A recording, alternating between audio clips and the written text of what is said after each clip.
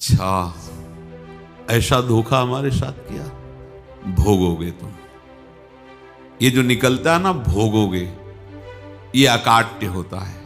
क्योंकि किसी का भी हृदय, मान लो किसी भी जीव जंतु को आप कष्ट दें और उसका हृदय आह भर जाए, तो वो आह वज्र की लेख तुम्हें भोगना पड़ेगा। वो आह किसी की ना लेना जिंदगी।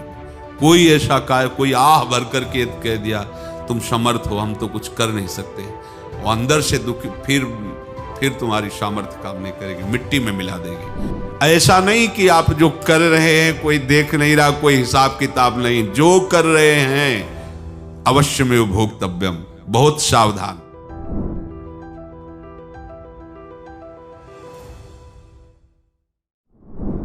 जीव स्वयं नित्य निरंतर कर्मों के जाल को रच रहा है और अपने आप को बांध रहा है।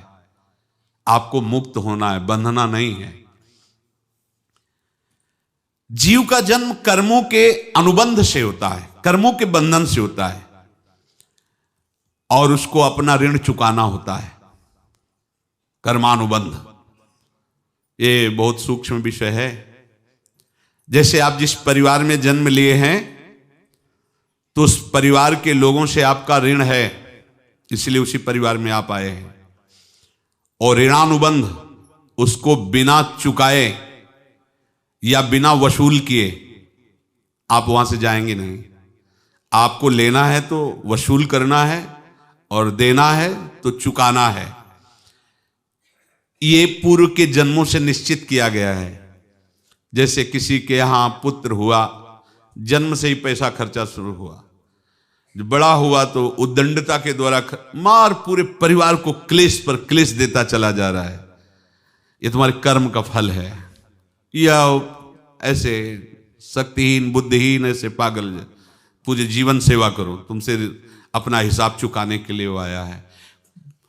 अब परिवार के जो सदस्य जुड़े आके, मतलब पत्नी आते ही पूरी हृदय में आनंद, परिवार में आनंद, और जीवन भर वो आनंद ही सुख देने के लिए उसका जन्म हुआ। वो अपना ऋणानुबंध मुक्त, और आते ही भयंकर क्लेश खड़ा कर दिया, बीच में दीवाल और झगड़ा वैसा, फिर अतरे दिन मारपीट शुरू, कलह अशांति, पूरा जीवन नरक हिसाब करने आए। यहां ऋण चुकाए बिना कोई जा नहीं सकता, ऋण चुकाना पड़ेगा। किसी का ऋण वसूल करना है तो किसी को ऋण चुकाना है, दोनों काम करने होते हैं। अनेक जन्मों में अनेक लोगों के साथ हमने जो बर्ताव किए हैं, अच्छे या बुरे, वो होंगे। अब किसी आदमी को हम जानते नहीं, अचानक मिला, अचानक टक्कर लगा और मार पीट गाली गुप्ता सब कर दिया, चुपचाप सह लो। क्यों? ये आपका हिसाब है, पूर्व का हिसाब। हमारा उससे कोई द्वेष नहीं, कोई संकल्प नहीं। अचानक घटना घटी और हमसे द्वेष करने लगा, हमें पीटने लगा, हमें गालियां दे, ये हिसाब है, चुपचाप सह जाओ। अपने घर का भाई ही भारी दुश्मन बन गया और क्लेश दे, हिसाब है। एक प्रभुदत्त ब्रह्मचारी जी की वाणी में पढ़ा था, एक महात्मा जी भ्रमण करते थे, तो उस समय असरफियां चलती थी, मोहरे असरफियां, तो उनको भेंट में देते लोग। तो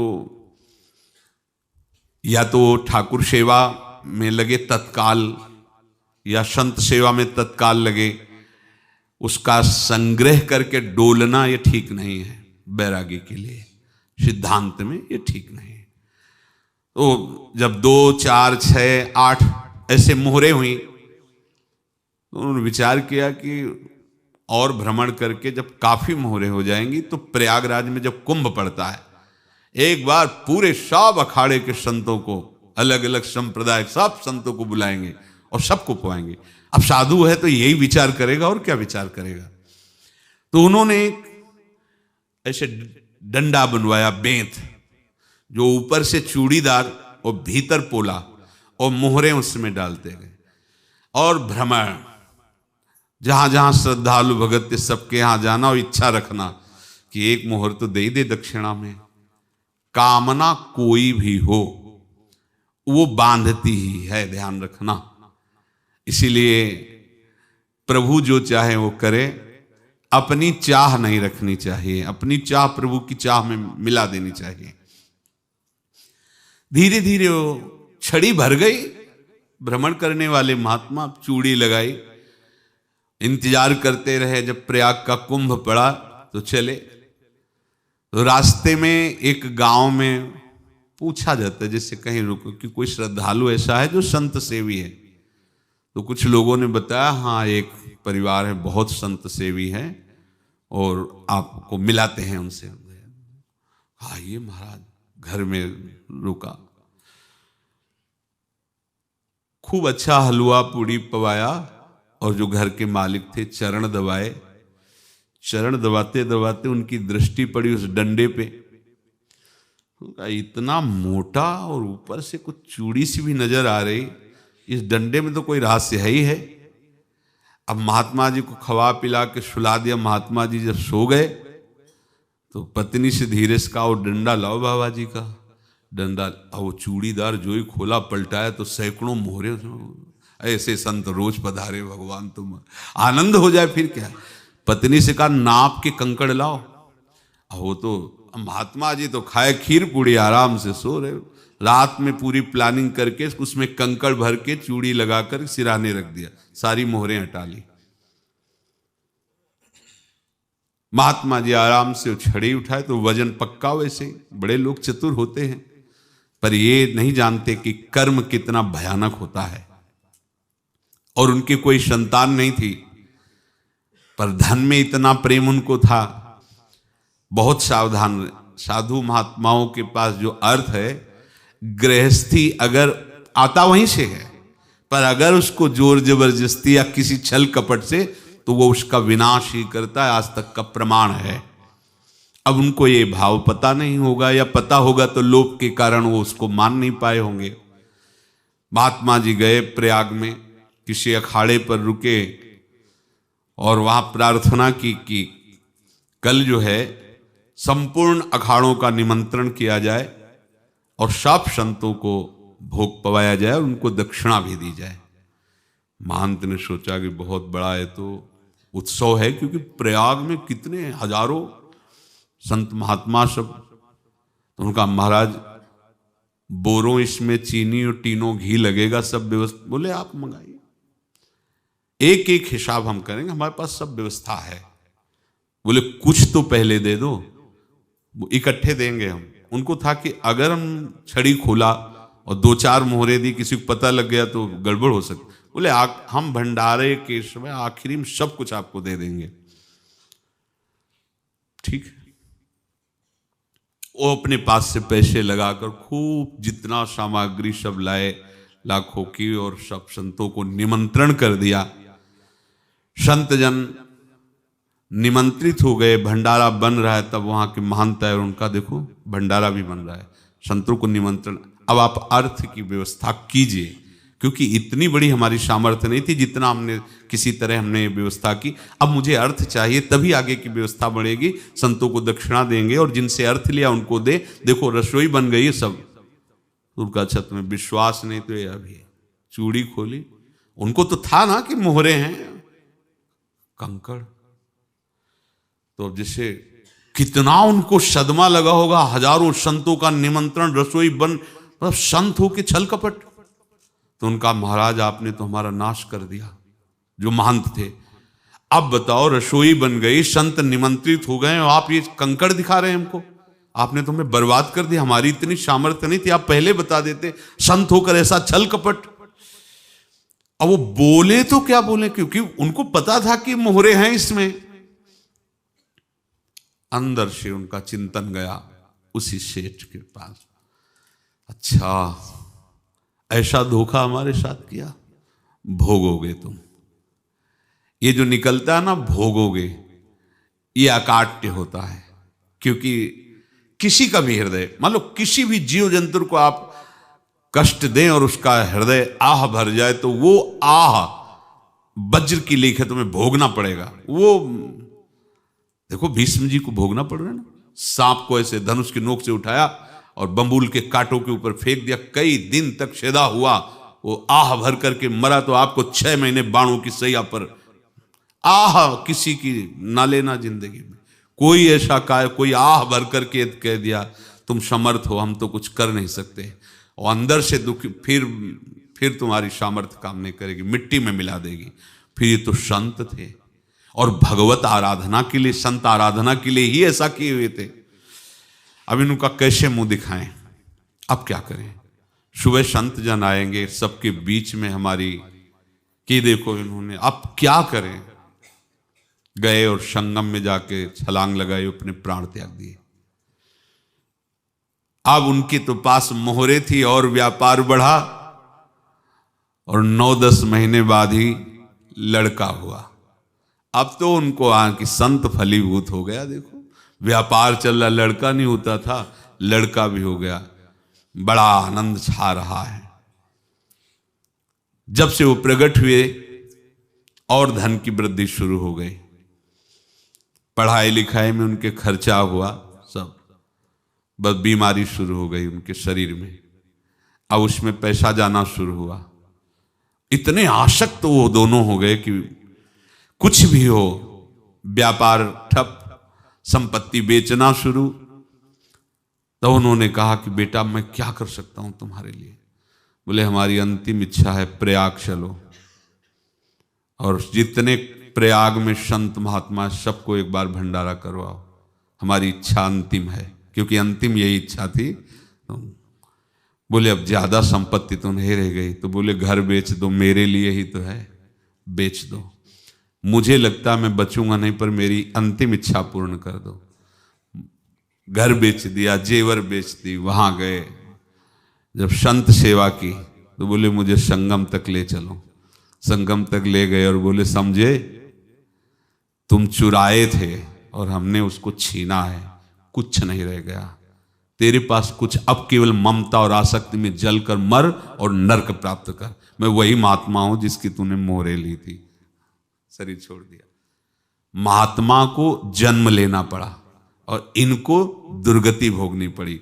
ऋणानुबंध होश में, ऐसा नहीं कि आप जो कर रहे हैं कोई देख नहीं रहा, कोई हिसाब किताब नहीं, जो कर रहे हैं अवश्य में भोक्तव्यम, बहुत सावधान। अनेक जन्मों में अनेक लोगों से जो कुछ लिया दिया है, इस लेने देने को मिटा देने के बाद ही तुम मुक्त हो गए। इसीलिए एक उपाय है, लेना न देना मगन रहना। क्या? मालिक को समर्पित हो जाओ, मालिक को अपना माना हुआ समर्पित कर दो, खत्म।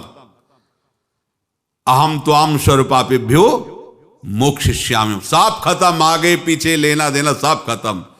एकादश स्कंद में भगवान श्री कृष्णचंद्र जी ने कहा जो मेरे चरणों का आश्रय लेकर भक्त मेरा भक्ति करता है, उसके पितृ ऋण, मातृ ऋण, देव ऋण, ऋषि ऋण, सब ऋणों से मैं मुक्त कर देता हूं। बस यही एक उपाय है जो इसके बंद करने का उपाय भक्तों के लिए है, वो यही है, भगवान की शरण में होकर अपना माना हुआ पूरा भगवान के अर्पित कर दो। अर्पित करने का तात्पर्य उसमें अहम हटा दो। तो दियम वस्तु गोविंदम तुभ्यमेव समर्पये। जिनसे तुमने सेवा करवाई है उनकी सेवा करनी पड़ेगी, जिनसे तुमने जो कुछ लिया है उनको देना पड़ेगा। ये लेने देने का व्यापार जब तक समाप्त नहीं होगा तब तक तुम्हारा जन्म मरण चलता रहेगा। अब आपको यहां समझना है, यदि आपसे किसी ने पैसे लिए बेईमानी करके नहीं दे रहा है तो आप उसको गाली मत दीजिए, आपने बेईमानी की थी इसलिए आपकी बेईमानी हुई है, ले गया, कोई बात नहीं है, बंधन से मुक्त हुए, जो बोझा था चला गया। उसको ऐसा ना देखे कि ये बेईमान हमारे रुपए मार लिए, अब जो कुछ होगा देखेंगे। अगर आप आगे नया कुछ करते हैं तो फिर आगे का हिसाब आपको भोगना पड़ेगा, ध्यान रखना। ऐसा नहीं है कि आपको भोगना नहीं पड़ेगा। एक ही उपाय है कि अब जो शरीर धारण किए इसी में जो भोग ले, आगे ना होना चाहिए। तो क्या करे? सर्वतो भावेन भगवान की शरण ले ले। ये तो सर्वाणि कर्माणि मयि सन्न्यस्य मत्पराहा अनन्येनैव योगेन माम ध्यायन्तु उपासते तेषामहं समुद्धर्ता मृत्यु संसार से। ये बड़ा कठिन है पार होना, कोई छोटी मोटी बात है। एक महात्मा बाल्यावस्था से भजन करते थे, शालिग्राम भगवान पास रखते थे और उन्हीं की आराधना करके बस पाठ नाम जप और भ्रमण करते थे। यौवन अवस्था थी, गंगा जी के किनारे अपने ठाकुर को विराजमान करके स्नान करने के लिए कपड़ा ही उतार रहे थे कि 90 लोग आ गए, भाला तलवार सब लेकर, मारो मारो इसको मारो, घेर लिया। तो उन्होंने हाथ जोड़कर कहा हमने क्या अपराध किया, कोई सुन ही नहीं रहा। तो उन्होंने कहा मार तो डालोगे ही आप 90 लोग, हम कोई अस्त्र शस्त्र तो लिए नहीं, एक बार हमें गंगा में डुबकी लगा देने दो और अपने ठाकुर को स्नान करा देने दो, फिर इसके बाद आप मार देना। भगवत इच्छा से वो लोग रुक गए, स्नान किया और अंदर से प्रार्थना की, प्रभु ये क्या लीला है आपकी, आपके सिवा मेरा कोई है नहीं और ये मुझे मारना चाहते हैं। तो भगवान ने जानते हो क्या कहा उनके अंतर में, तुम मेरे में ध्यानस्थ हो करके शरीर को छोड़ो, ये लोग मारेंगे। ये मेरे भजन का फल है कि तुम्हें 90 जन्म नहीं लेना पड़ेगा, एक ही जन्म में 90 मिलके, तुमने 90 हिंसा की थी पूर्व में, तो तुम्हें 90 बार जन्म लेना होता और एक एक करके मारते। ये मेरे भजन का प्रताप है कि एक बार में ही 90 का हिसाब हो जाएगा। तुम आंख मूंदो, मेरे ध्यान में मगन रहो, मेरे प्रताप से तुम्हें कोई चोट नहीं होगी और स्वाभाविक मूर्छा अवस्था में प्राण तुम्हारे छूट जाए। ऐसा ही हुआ, ऐसा हुआ। तो ये बात समझ लो कि ये जो कर्मानुबंध है, ऋणानुबंध है। आप देखो, अगर शाप महात्माओं ने दिया कि तुम्हारे वंश का इससे विनाश होगा, तो भगवान भी परम धाम जा रहे तो उसी कील से, बाण की नोक में जो मछली लील गई थी छोटा कण, उसी से की नोक बनाई और उसी नोक को प्रहार किया। भगवान के श्री चरण में वही बाण की नोक लगी और भगवान ने स्वीकार किया ना। भगवान का बड़ा लीला विचित्र है। अगर छुप करके उधर रामावतार में बात, तो इधर ऐसे स्वीकार किया है भगवान ने। ऐसा कहीं नहीं दिखाया कि मैं भगवान हूं तो मैं अपने लिए, ऐसा नहीं दिखाया। नारद जी का हित किया पर नारद जी ने श्राप दिया तो भगवान ने स्वीकार किया। बंदरों ने ही सहायता की, जैसा बोले थे वैसा। ये लीला इस शरीर में भोगनी पड़ेगी। हाँ, ज्यादा को कम में भुगता देंगे, पर अब अगला शरीर ना मिले, इसके लिए सर्वतो भावेन भगवान के आश्रित हो जाए। जैसे आपने दुकान फैला रखी है तो उसमें दो काम होते हैं, लेना और देना। किसी को उधार दिया है तो हमें उससे लेना है, और कोई नगद देकर सामान ले रहा है तो उसे सामान देना है, या उधार लिया है तो हमें उधार देना है। अब अगर दुकान बंद करनी है तो तुम्हें देने वालों पर जोर देना है, लेने वालों पर जोर नहीं। लेने वाला तो जाओ हम क्षमा किया, समर्पित किया, हमारा कोई संबंध नहीं, खत्म हो जाए, वो खुशी हो जाएगा। लेकिन देने वाला तुम अगर दुकान भी उठा दोगे तो जहां भी रहोगे तुम्हारे पास वो आएगा, लाइए हमारा। तो देने पर नजर रखिए, जिसका जिसका हिसाब है वो आपके सामने आता जाए, हटाते जाओ। लेने पर नजर मत रखिए और दुकान फौरन उठा दीजिए, नहीं अगर लेते देते रहे तो चलता रहेगा। आगे चलकर कुछ लेना न देना, मगन रहना बस अपने प्रभु के चिंतन में। अब हम कैसे जाने कि किसको क्या देना है, हमें क्या पता? तो हम पूरा हिसाब जिनको पता है उनको दे देते हैं, समझ रहे हो? उनको पता है क्या लेना है क्या देना है, तो इनके पास पहुंच गए या सरकारी हिसाब से सब बराबर कर देंगे। हमको अपनी जिम्मेवारी इनकी चरणों में समर्पित कर देना है, तभी हम जीवन मुक्त होंगे। ये रहस्य की बात है। प्रभु कह रहे हैं यस्य सर्वे समारंभाः काम संकल्प वर्जिताः ज्ञानाग्नि दग्ध कर्माणं तमाहु पंडितम बुधाः। जिसके संपूर्ण कर्मों के आरंभ संकल्प और कामना से रहित हैं, तथा जिसके संपूर्ण कर्म ज्ञान रूपी अग्नि से जल गए हैं, उसको ज्ञानी जन भी पंडित कहते हैं, बुद्धिमान कहते हैं। पूज्य श्री भाई जी महाराज कह रहे हैं, जैसे वहां ज्ञानाग्नि से दग्न कह रहे हैं, तो अपने वृंदावन वासियों का प्रेमाग्नि से सब कर्म संस्कार दग्न होते हैं। जिस समय आपके हृदय में भगवत प्रेम का प्रादुर्भाव होगा तो लेश मात्र कभी तुम्हें दुख नहीं भोगना पड़ेगा। प्रेम का प्रादुर्भाव होते ही दुख का नाश हो जाता है, महासुख। जब प्रेम का प्रादुर्भाव होगा तो समस्त पाप भस्म हो जाते हैं, अशांति नष्ट हो जाती है, संसार ज्वाला स्पर्श भी नहीं कर सकती है। जब भगवत प्रेम का प्रादुर्भाव होता है तो हो सकता है उस उपासक के जीवन में दुखों का पहाड़ टूट पड़े, परिवार खिलाफ, शरीर रोगी, अव्यवस्था, बहुत बहुत कुछ, सब कुछ। कह रहे हैं इतना सब होने पर भी उसके हृदय में कोई भी दुख नहीं होता। ऐसा सामर्थ्यशाली भगवत प्रेम है। भगवान के चरणारविंद का जिसके हृदय में प्रेम है, भारी से भारी दुख भी उनको विचलित नहीं कर सकता।